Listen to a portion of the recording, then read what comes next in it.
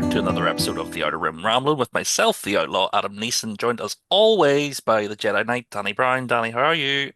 I am all good, Adam. How are you? I'm good because today, Danny, we Mm. have a very special guest, Oh, a man who's often seen behind the mask, oh, but probably Or one of the not most, seen. well, well. we've seen you in bits and pieces, but we have today Brendan Wayne, who plays the Mandalorian. How are you, Brendan?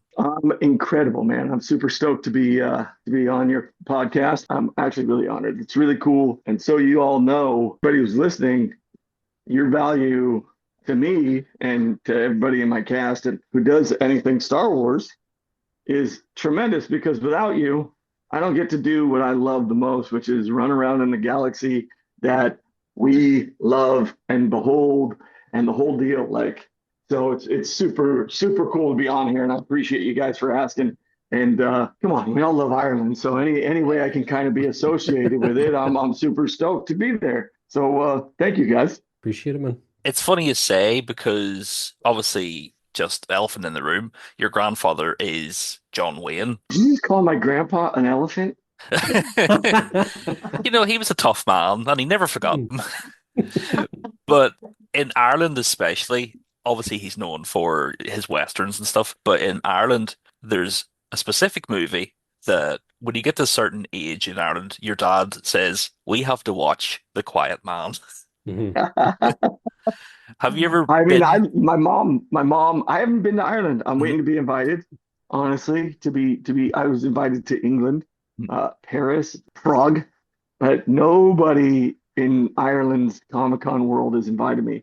And I'm dying to go. And if I go, my whole family's coming. My mom went out there, obviously, when they were filming The Quiet Man. She was out there, stayed at the Ashford Castle. It was an incredible experience for her. Miss O'Hara, obviously, a huge JW friend and was the woman who stood up at Congress and said, "Hey, you guys need to mint a coin for him, and it should say John Wayne American." And her and Elizabeth Taylor both were there to do that for him. So my family's connection to Ireland is off the charts. Like we couldn't love it any more than we do at this point in time. I don't think there's anything that has more value than Ireland. So yeah, we love it. So what you're saying is we need to start reaching out to the Comic Con people here and be like, listen, guys, get sorted, Oh, get hey, Mando over, you know? let's go. Let's Yeah, go. absolutely. And just in relation, so you have your grandfather has the connection to Ireland through the Quiet Man, but he also Yeah. then in turn has the connection to Star Wars because Ben Burt used his voice to create one of the alien sound effects. And apparently your granddad didn't know that until way after the movie had come out. I don't even think he knew. I You don't think he honestly, I knew at don't think he all? was ever aware of it. But if he did, it wasn't like something we all like. I mean, maybe my mom just was like, that's just, I feel like she would have said it though. That's the thing. Like, I feel like she would have said, "Oh, hey, by the way, Grandpa's in this movie we're watching." Because I know she was like, "Hey, this is going to be epic.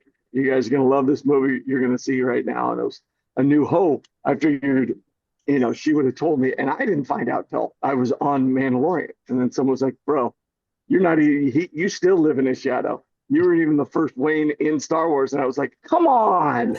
This is just ridiculous. Like, Mm. come on. Kills Yeah. me. So, Yeah, because I remember hearing that. I only found out that fact a couple of years back and just being like, what? Like John, I think it was like a video would come up being like, John Wayne has a cameo in Star Wars, and I was like, what do you mean John Wayne has a cameo in Star Wars? And then read about how the sound designer Ben Burt had used his voice against like a synthesizer to create the like wee funny alien noise that yeah, like reports Han Solo and the gang to the Sand Troopers in Mos Eisley, and I was like, that's cool as hell. But you mentioned there that your mum sort of took you to see A New Hope. Were oh, you yeah. have you been a Star Wars fan even before getting to play in that galaxy far, far away? Oh, my God. It was not, yeah.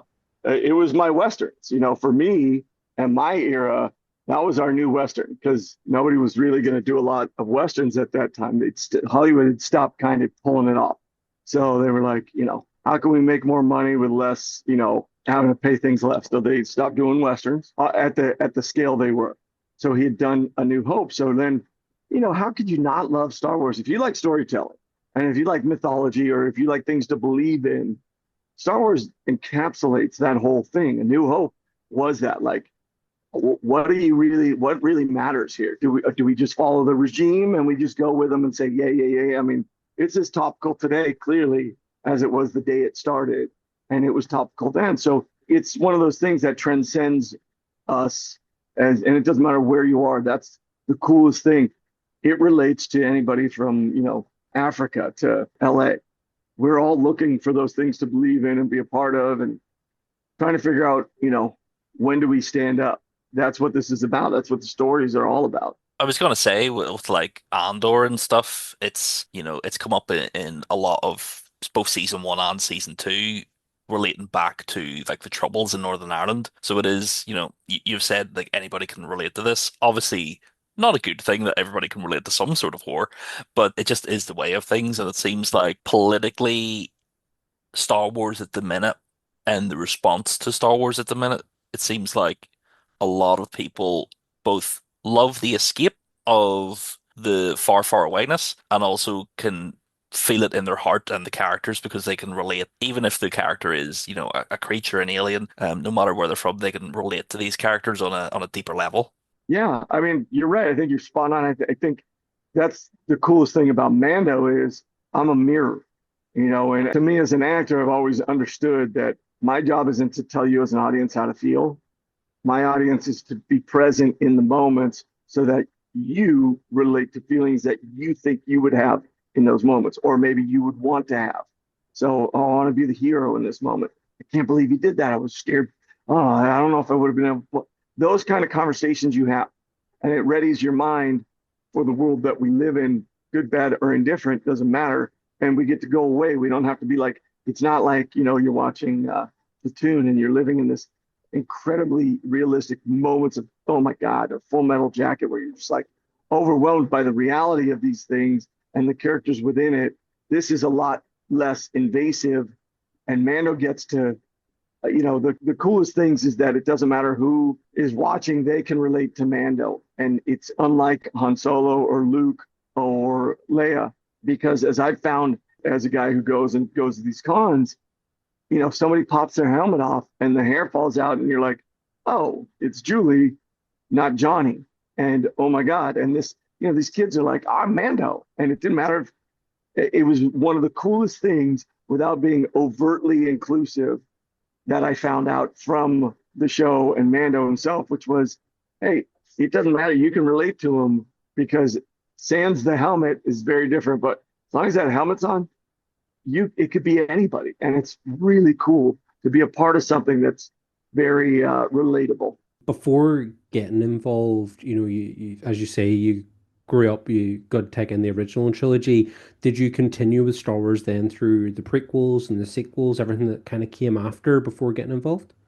Yeah, having kids made it easier because it was like, oh, good, we're going to share this now, and Mhm. then like you guys can have yours. I don't know, God, of 28-year-old, 26-year-old, 17, almost 18 and 16, so I've been able to hit the right, moments throughout to really be able to watch it all. For me, it's always about the storytelling. And if you can tell me a good story, I don't care what you're talking about, I'm going to sit there and watch it. And I love it. And Star Wars, I'm sure there's plenty of people who feel, one way or another about everything, but I don't really care because it's my stories. And I love being able to take the mythology that comes with it and walk around and have a conversation with my kid that isn't like, what would you do if, president said this and you have to do it? And do you just go jump in line and you're like, yay? Or, what I mean? Like I can say, the emperor obviously has an overwhelming arching thing of control, but, if you look at these other things, you can hide them in good deeds or a good idea, communal and all these things. And so it's for me, it's as a parent, it's a great way in without, standing on the pulpit and banging it or telling my kids how to feel, because I need them to learn and to make their own decisions and understand how to inform themselves. And I don't think there's a greater thing than Star Wars to do that. And then how do you get involved? in Star Wars? How did you go from being this person who's watching it and kind of using it as a tool to help educate your children and, help them grow and understand that, storytelling can be used as a tool for understanding the world around them? How do you then go to being like, I'm now part of this world that is helping people to understand the world around them? First, Jon Favreau, he understands people. And when he looks at his projects, he looks at value, add, like, how do you add value to my project without telling you? Like, you never have the pressure of it. And so my love of, Boba Fett, like, because I was the last of 8 kids, true Catholic kid. I had 5 older brothers. So I didn't get to choose the action figures that I normally, like you normally would, because I was the last one, smallest one, and it didn't matter how fast I was. We were playing in the same area. I was gonna get my ass beat if I took the one they wanted. So at the end of the day, nobody liked Boba because he took Han Solo and froze him and pissed us off for 3 years. So until it came out, and so it was very funny. And then because Boba was a blank slate for the most part, I got to tell his story, and I was already related to Boba. He was very Western in everything, the way he presented in the show, probably more so than Harrison Ford, to me. So it was really cool, all those things. And it combined many different aspects for me, which was he looked kind of military, but at the same time, he was a nomadic cowboy type in that he was a bounty hunter. And, these are all old tropes and things that have great value. And so Boba, I could tell his story without ever hearing anything else, and it was very cool. So I grew up with that. And then, it wasn't until I was about 27 that I, finally made the commitment to be an actor. And my mom, it was really my mother, God rest her soul. She was like, "What, honey, you got to do something, Brendan. You're killing me." And I was like, "What do you mean?" She's like, you just can't be a derelict all your life. You're an adult. Get a job." And I was like, "I want to be an actor." And she was like, "Okay, well, you got to go to school." And I was like, "Nah, actors don't have to go to school." And she's like, "You're going to school and you're going to learn." And she was right, thank God, because she's like, people expect things of you because you're John Wayne's grandson. And so rolling through all that, and understanding, again, like at another point, your grandfather had this great effect on the world. Okay. Your grandfather still has a great effect. Okay. And now you're going to live with expectations that you might not otherwise have understood because you were removed a generation. And so I learned how to dance and sing and fence and fight and act.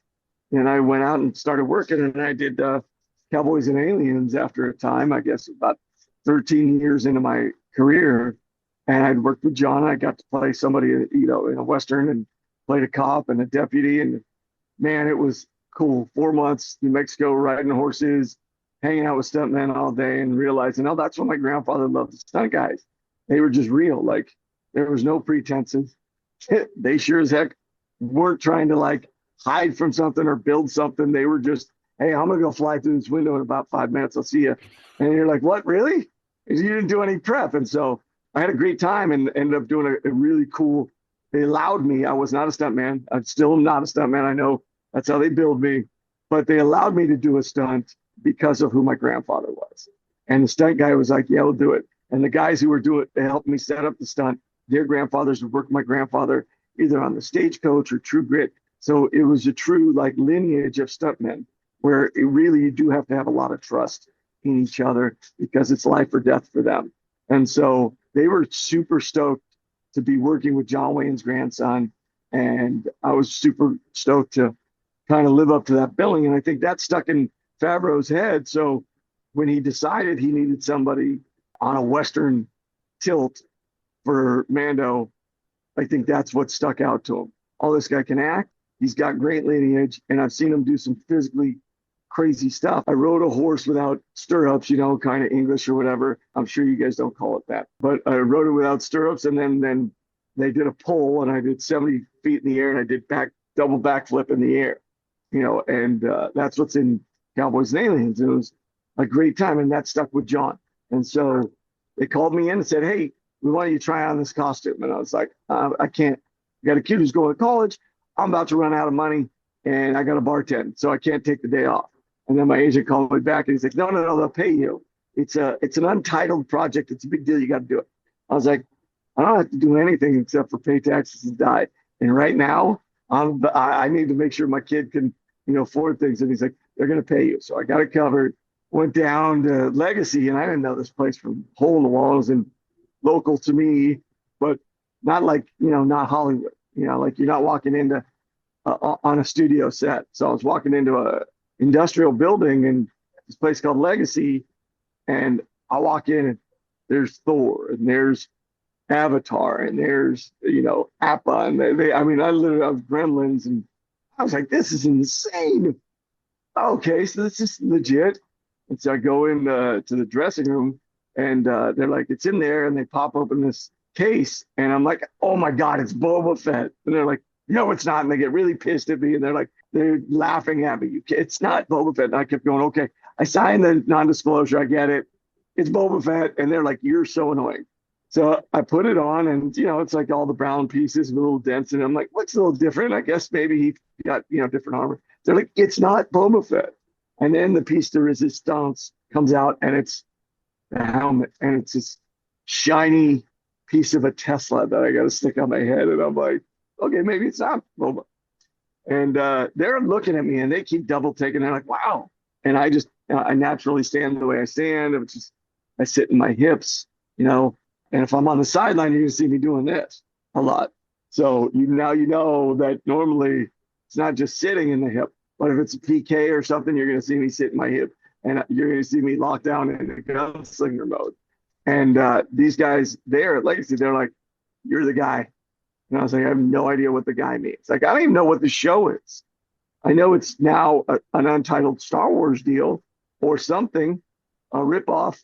I know it's above a Power Ranger outfit, so I'm stoked on that. So I don't have some like skin tight body thing that I'm like, give me some socks here so I can fill out this suit. So next thing I know, I give up the pictures. I'm getting ready. I think it's about a week later.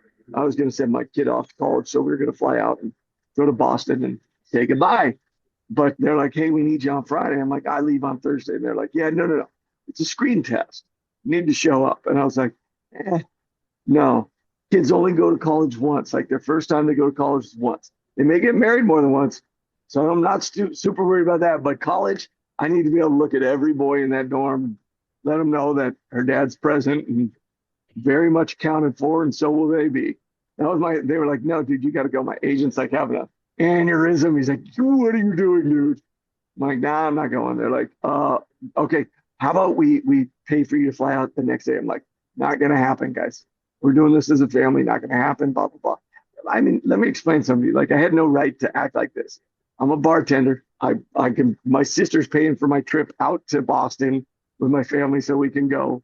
Like, I don't have two nickels to rub together. There's no reason for me to be like, hey, yeah, whatever you need. I should light myself on fire. Great, I'm doing it. Like, nope, I'm too cool for school, though.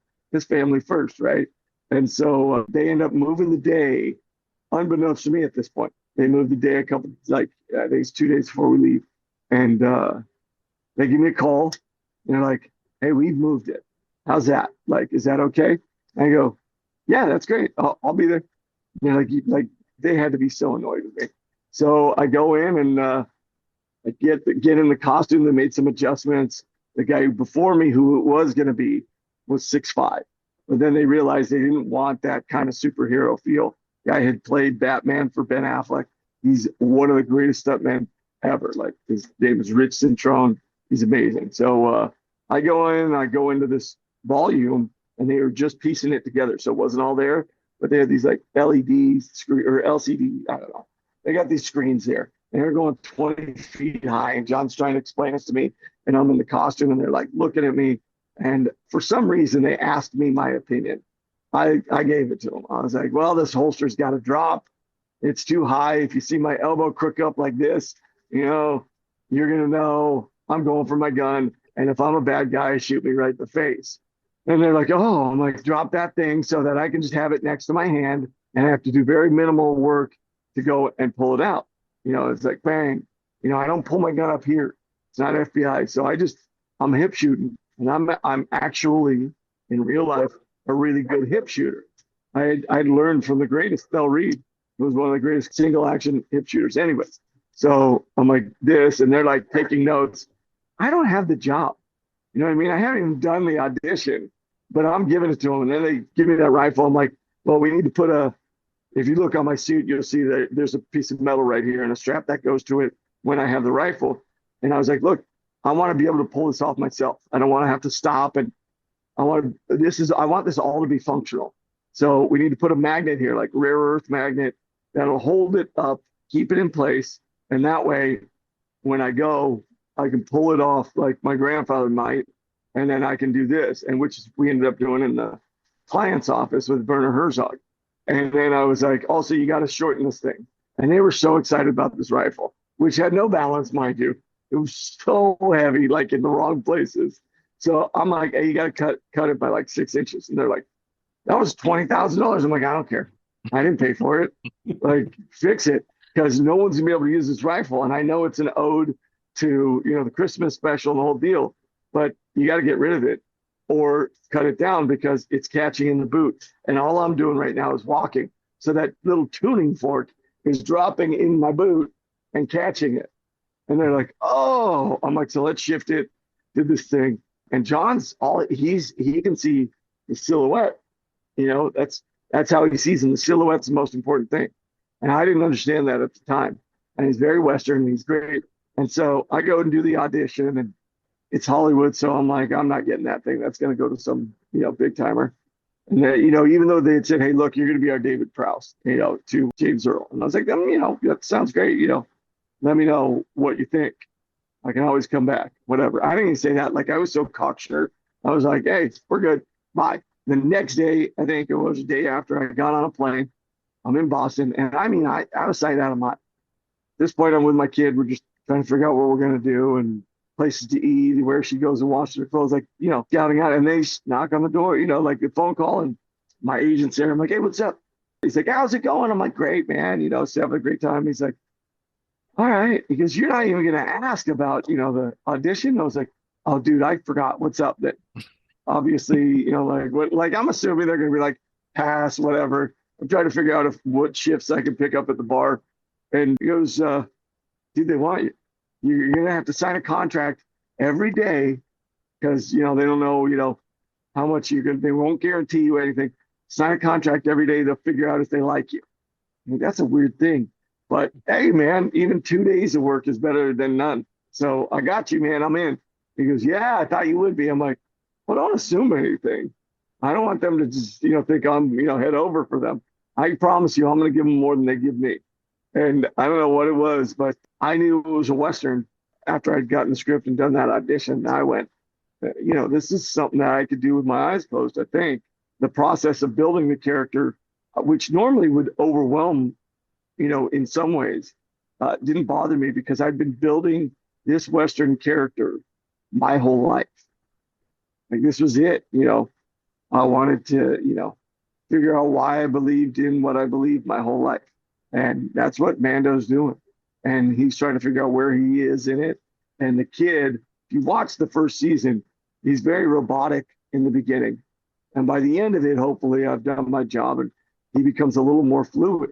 He's not just snap, snap into things, bang, bang. And that was designed. And it was because I'd studied Yul Brynner in Westworld and Schwarzenegger in Terminator, because that was they were, these robots. And that's, kind of like the Tin Man with no soul. That's kind of where I was at with Mando. And that was our development of him. So hopefully it panned out. Very cool. That was, yeah, I could just talk to us the whole time, like, and just tell us stories. That was great. But like, so it's not, so I know you're sort of the main sort of Mando. I know Emily Swallow, who does the Armor. does the armor, has kind of said that it is primarily you, but there is also Lateef Crowder does a lot of the stunt work and the hand-to-hand combat stuff. So the really cool fights, Lateef and I, from day one, and I mean, like, we started rehearsing for season 1 a month before.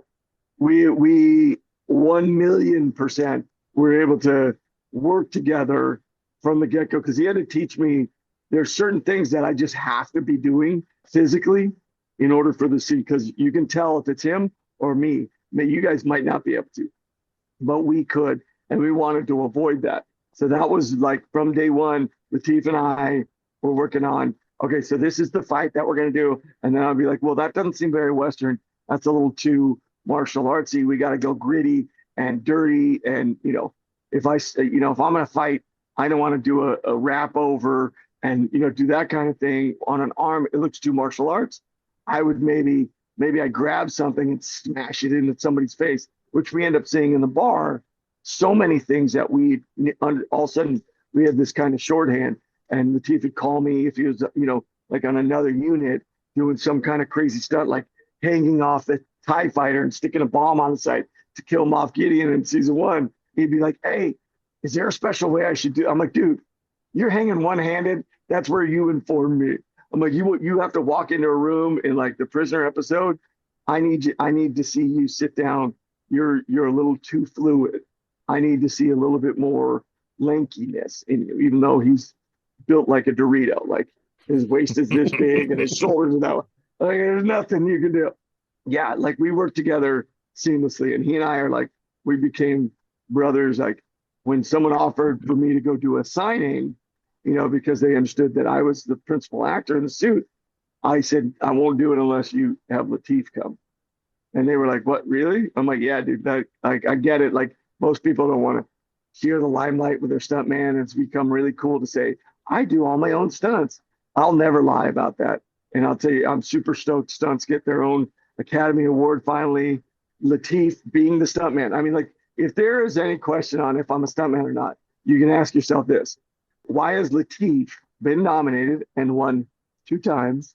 In the first 2 years they ever had an individual award for stuntman, Latif won 2 Emmys. Why haven't I been nominated? It's because I'm not a stuntman. Like, just because they, Lucas and Disney wanted to call me one, they get to. They're the bosses. But, like, I will never take the honor and the glory of what they do because their craft is so awesome.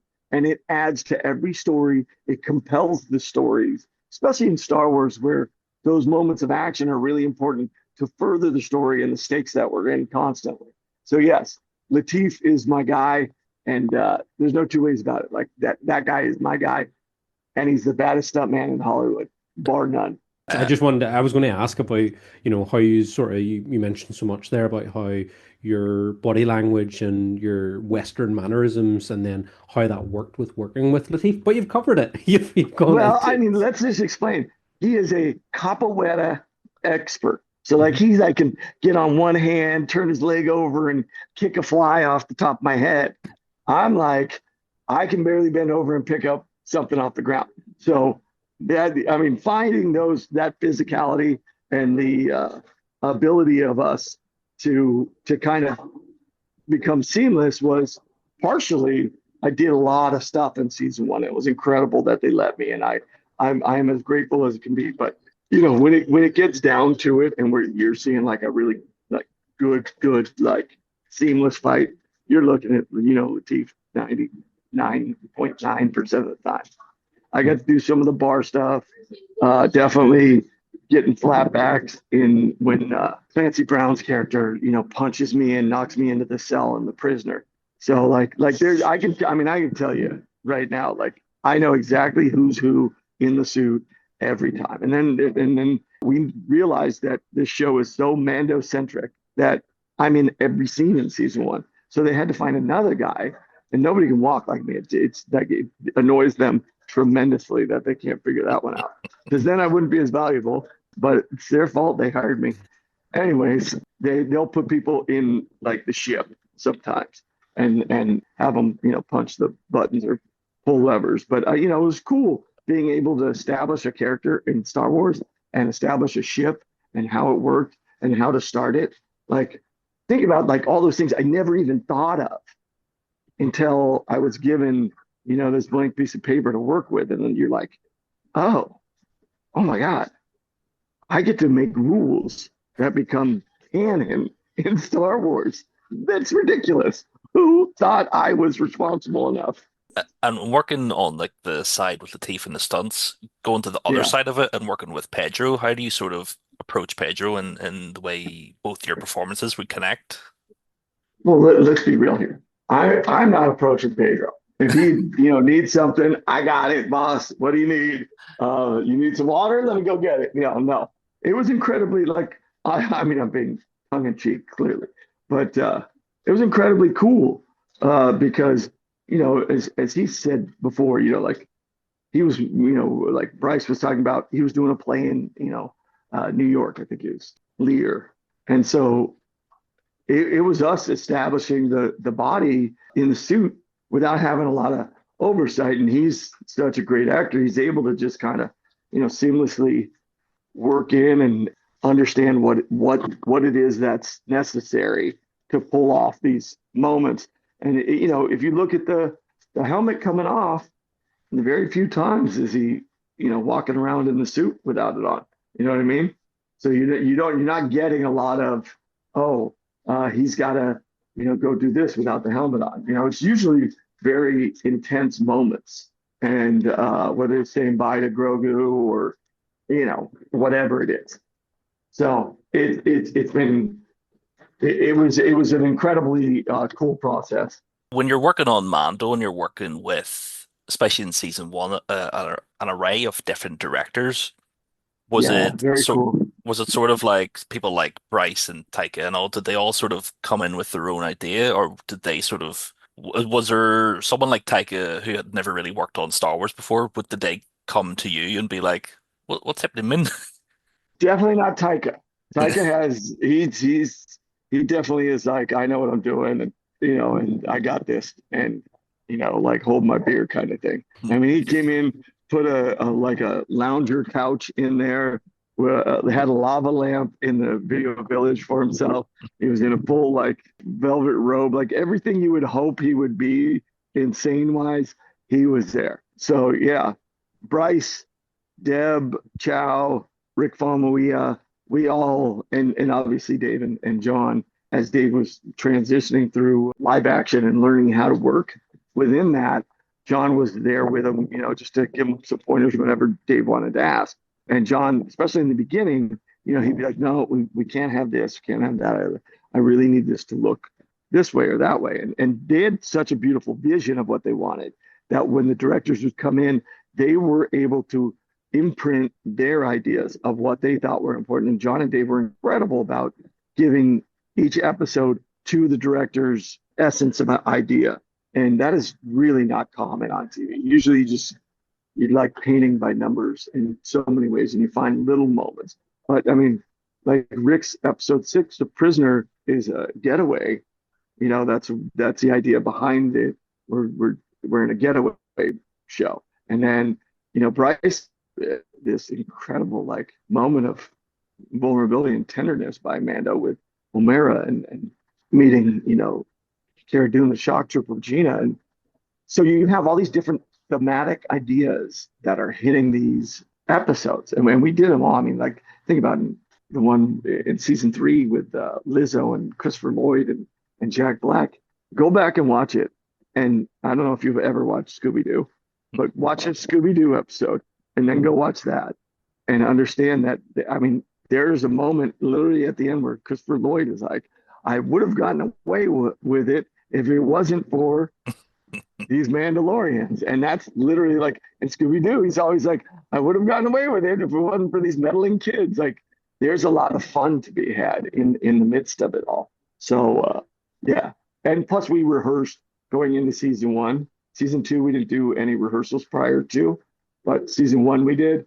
And so I got to know Rick Famuyiwa and Deb, and so it made the working process a lot easier.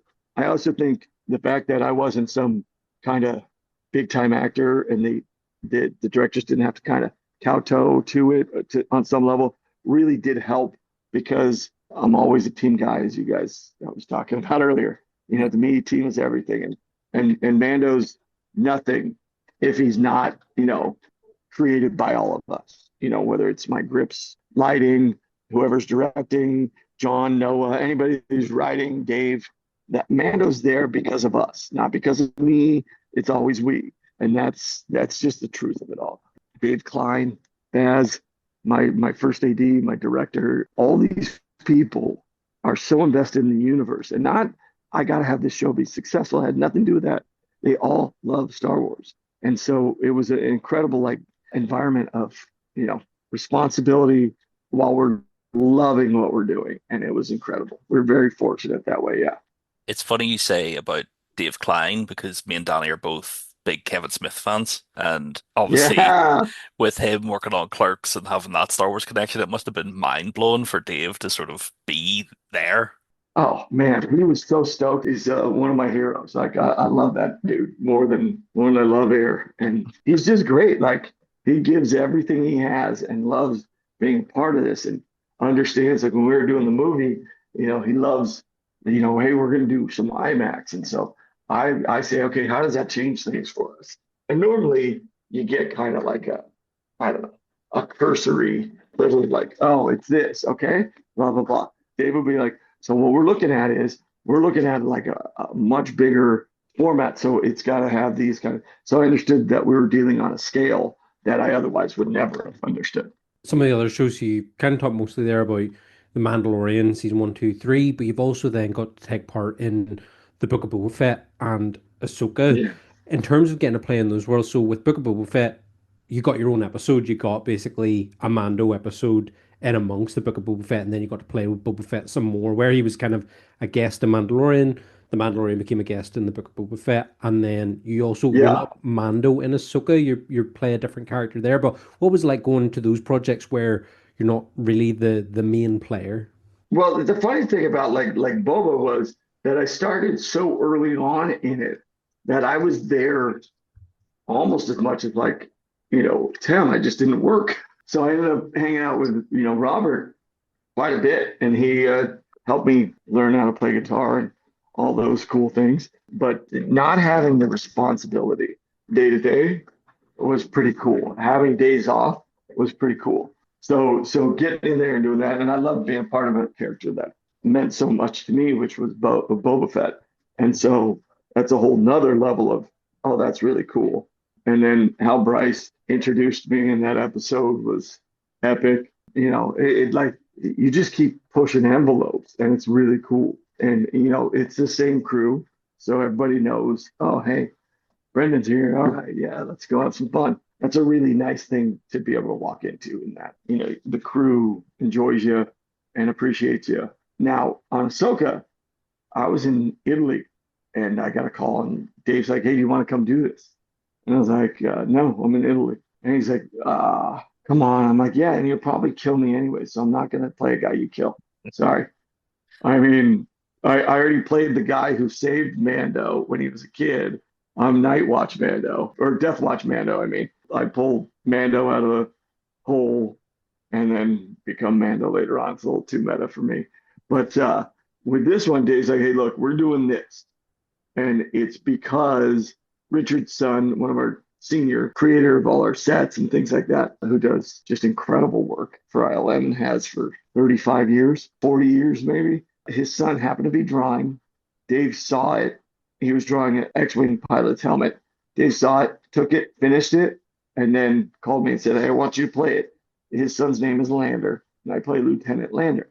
And so that was a really cool ode, to be part of paying it back to somebody who'd done so much for the thing we love. It was really cool. So that was fun. I've got a two-part question about the Book of Boba Fett. Hmm. I ask this of every guest, but since you were specifically there, I can ask another question. How much do you love the moped gang in the Book of Boba Fett? Part two, did you wish you had your own moped and been part of the gang? Yeah. And let me just explain it right now. And it's funny because people got butthurt about him, right? They were like, you can't have it. I don't know. They were like, it's this, that, the other thing. I don't know.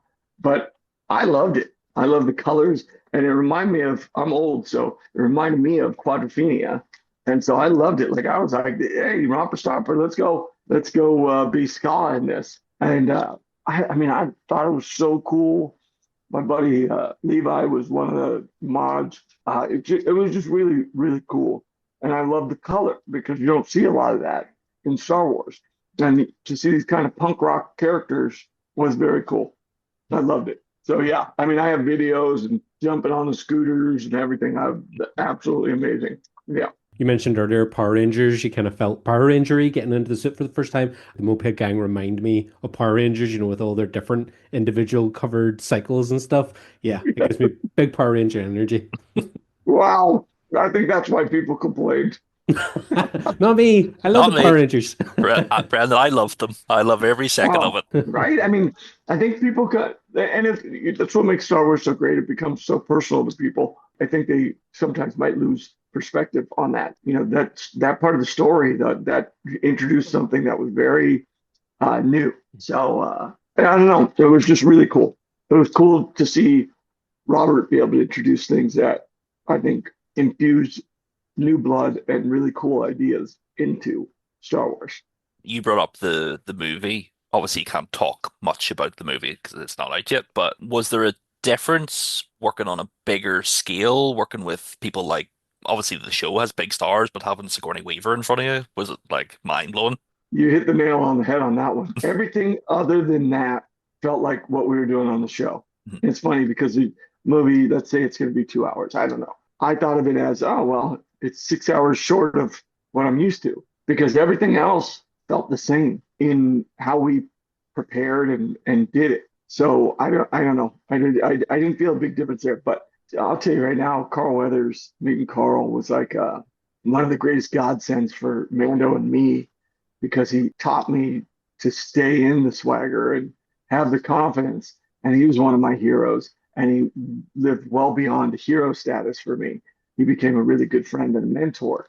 And what I've found is, these people that I held on a really high pedestal, like Ming Na Wen, you get to work with them, and all of a sudden they're just artists just like you. And it's really incredible. Now, no, there's no way I could have emotionally prepared to meet Sigourney because she was the baddest of the bad. You know what I mean? She took on Alien and was like, yeah, no, I was geeked out, and she broke the ice by coming up to me and going, Brendan. I mean, like from the get-go, your work is so incredible. I love what you do with Mando. I was talking to James about this. I was like, oh, your husband? Like, I'm like stuttering, and she goes, no, Cameron. And I'm like, what? He's like, yeah, you guys are on the same lot, and he's seen you work. He actually watched you. We were discussing how great your work is in the suit. I'm like, this is incredible. Not only am I meeting Ripley or Dana or I can't remember her name in Galaxy Quest, but she's incredible. Like, but she knows my work and she knows who I am and she knows what it's about. Like, I was like, this is crazy.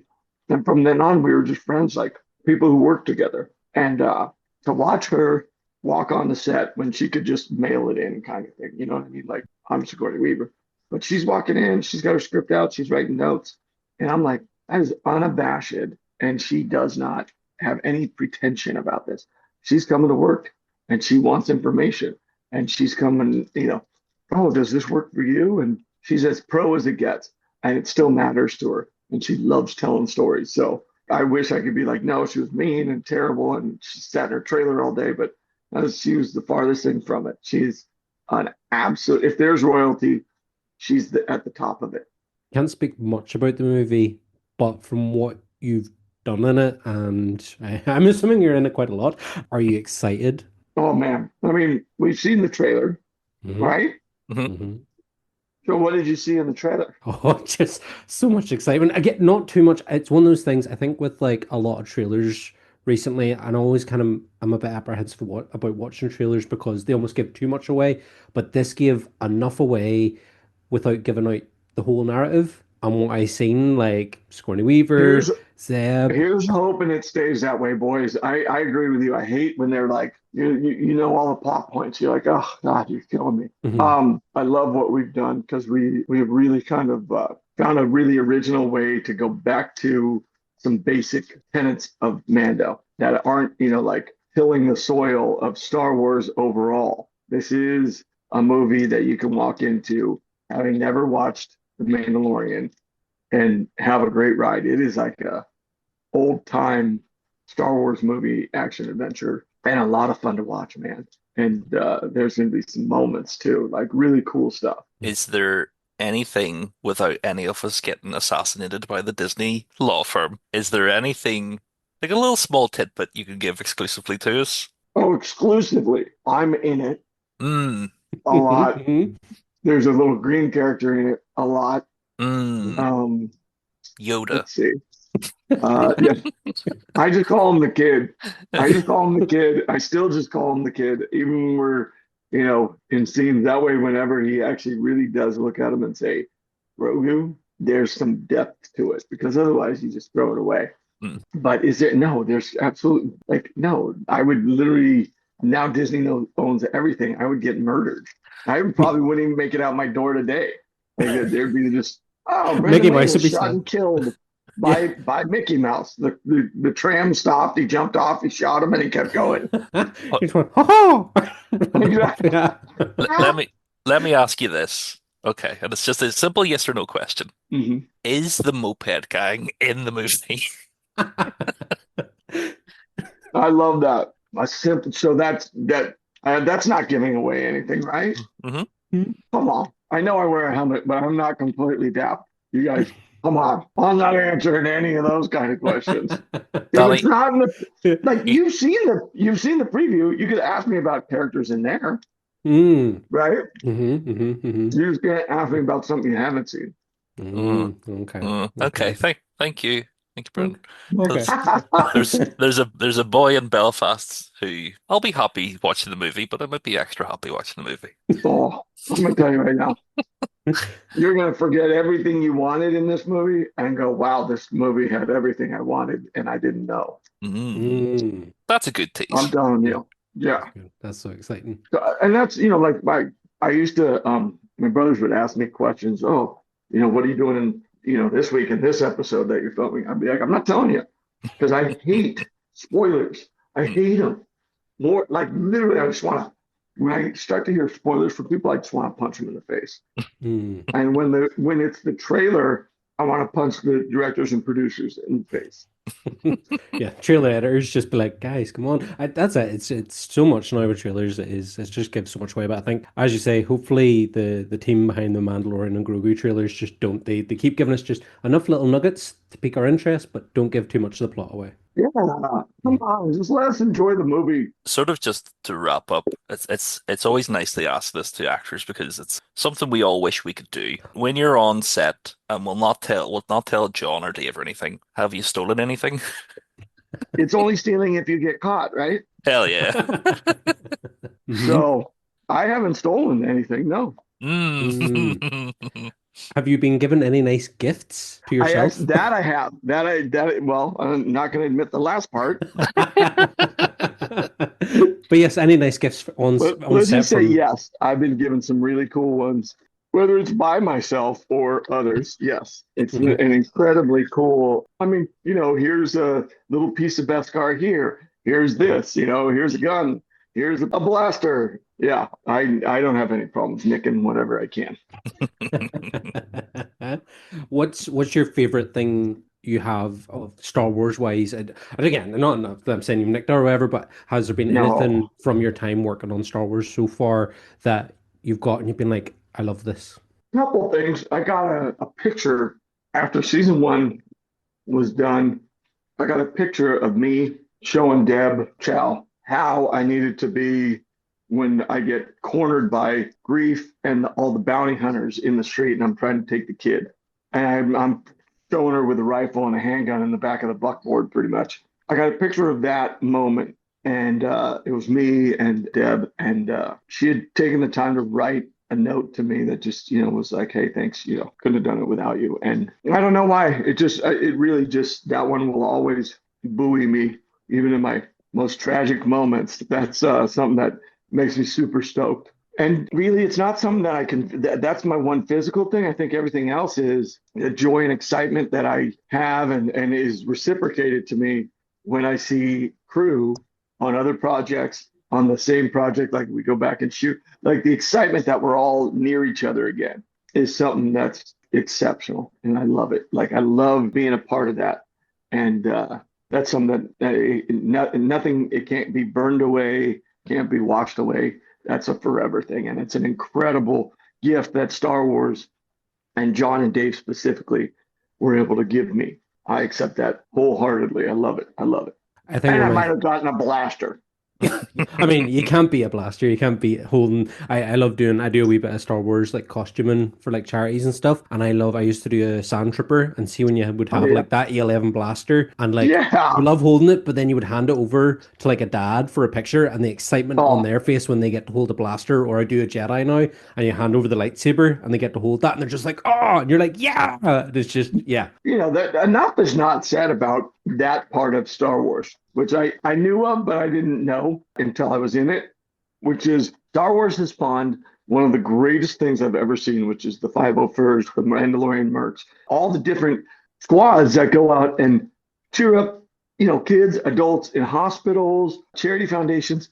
That's why I love, for Mando, because you can literally dress as Mando. And it doesn't matter if I'm in it, Pedro's in it, Latif's in it, it doesn't matter because the kids don't care.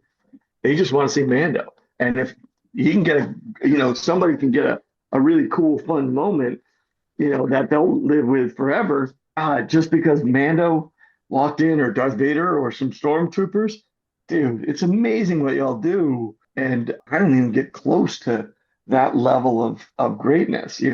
I'm glad that I'm part of something that has spawned something that's even more important and better than what I do, which is those kind of moments of, where the guys are like, oh, I'm cosplaying. I'm like, you're much deeper than that. And one of them was like, should I sign if people ask me to? I'm like, yeah, because that day you're Mando. And like, I'm sorry, like that's just the truth. And nobody needs to know that. Well, actually, it's somebody else. Nobody needs to know that. Yeah. If they don't know it, why tell them? Why ruin or abuse the joy and notion that they have in that moment? Understand you got to live by a creed and be good and live up to that standard. But other than that, let them enjoy it, man. Yeah, exactly. I know even whenever I'm doing the Jedi and like kids will be like, "Oh, Obi-Wan," and I'm like, "Yep, I'm Obi-Wan. I might be bald. I don't Yep. have Ewan McGregor's hair, but I'll be Obi-Wan for you for the day. That's cool, you You're know." the Alec Guinness version. Leave it Yeah, alone. exactly. That's but yeah, no, it's great. And as you say, the Mando mercs and all them that are out there. Would you ever go out? Do you ever think about asking, can you borrow one of the suits for the day and go out with the Mando mercs? Oh, I wouldn't need to borrow one. I have a Oh, I have a full yeah. kit, and mine is above their standard. Mm-hmm. That's what I can say. I actually have. I'm just, I have to talk to Disney and Lucas every time something like that happens. So if somebody snaps a pic, I'll get a phone call from them. Like I Mm-hmm. get, I got in trouble for doing casual Mando where he was laying in the sand, sitting like Burt Reynolds on the fur carpet in front of the fireplace. I got in a lot of trouble for that. And they're like, I don't think anybody wants to see Mando like that. I go, I don't know, man. I got a lot of likes for it. I think you're wrong. One of the behind the scene pics I really like is just you with the Mando gear on, but the cowboy hat. It's just, Oh yeah, it's a fantastic, very cool picture. that's what I look like on set 99% of the time. Hmm. When I'm not filming, I'm in the suit, but I wear what I'm most comfortable in, which is my cowboy hat. Have you and Dave ever went hat shopping? No, you want to know the story about that one? I'll Oh, tell you yes, right now. please. Hmm. You're gonna love this one. I'm looking at all these pictures. Everyone's like, "Oh, Dave's Trapper," and he's got his hat. And I keep looking at this picture of Dave in this hat, and I'm like, "That doesn't look right. There's something wrong with that, man." Well, I'm looking at it, and I was telling one of my buddies, and he goes, "Whose kid did he take that hat off of?" I was like, "That's what it is. Everything's too small. Like it fits his fat head, but it's too small for him." And so I went and got him a hat that fit as a wrap gift. And I was like, hey, I got you this. That's for you to wear because the one you're wearing looks like you took it from a kid on the schoolyard. And Dave was like, there's nothing wrong with my hat. And I literally went to the costumers. I'm like, you guys, honestly, can you explain to Dave what's wrong with his hat? And he was so annoyed. But he was wearing it for a while, and I think he's got a new one. I think he's got like one of those Outback hats. And I'm like, that's so un-American, Dave. I can't even tell you how disgusting that is. That you're gonna rock a Australian Outback hat. That is terrible. And so I know he did wear it for a while. I'm like, by the way, I'm like, Dave, that's a $1,500 cowboy hat I bought you. So you better be wearing it. But yeah, no, it was good. Like we don't have competition because I do not have any competition from Dave in a cowboy hat. Hey, Dave's the sidekick who's doing the pack mule to my lead. That's a movie I I'm want to see. kidding. Yeah. I'm totally kidding. I love Dave. He's literally one of the greatest, most approachable human beings you'll ever meet. So I only kid because we kid each other constantly. I love it. Well, we'll wrap up there. We could talk for hours, but Mhm. you have some very important children to go teach. Yes, I do. But although they're conducting an emergency drill right now. Oh, it's only a drill. It's okay. No. Yeah. There's no fight at school or anything, so we're good. All right. Good. Good. Thanks. But thank you very much for joining us, Brendan. This has been an honor. Hopefully you'll come and join us again. Hopefully come to Anytime, you Ireland. guys. That I definitely. If I come to Ireland, then you guys are gonna have to be there, and we'll do the podcast together in person Oh, at the absolutely. con. How about that? Yes. That'll be That great. sound Yeah. good? That'll be All right, fantastic. and then we can go get a pint or something. You That's guys what need it's- A almond couple milk? of Guinnesses all around, yeah. Yeah, that would be good. It'd be good. I need some iron. It'd be good for me. Brendan, thank you for saying, are we old enough to drink? You little baby boys, you guys have no idea. I'm over 5 decades in. We're good. But thank you very much for joining me. Danny, thank you very much for being Yeah. my co-host as always. Yes. Thank you very much, everybody in the audience, for listening. Don't forget to like, subscribe, all the usual malarkey. We will see you next week for another episode. And as always, we have friends everywhere. Thanks, guys. Bye-bye. Thank you, guys. I appreciate you.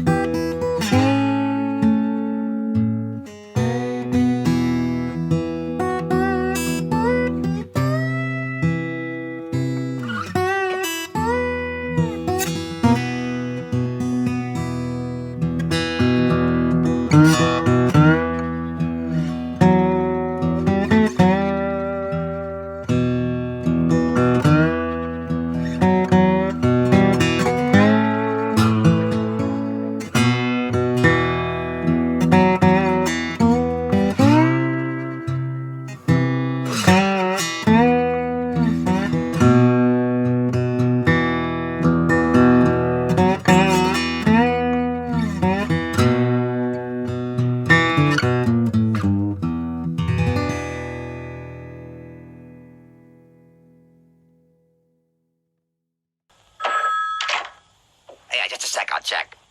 A Mandalorian. Hey, I'm looking for A Mandalorian. why can't I find... A Mandalorian. Maybe your standards are too high. You know, SOB.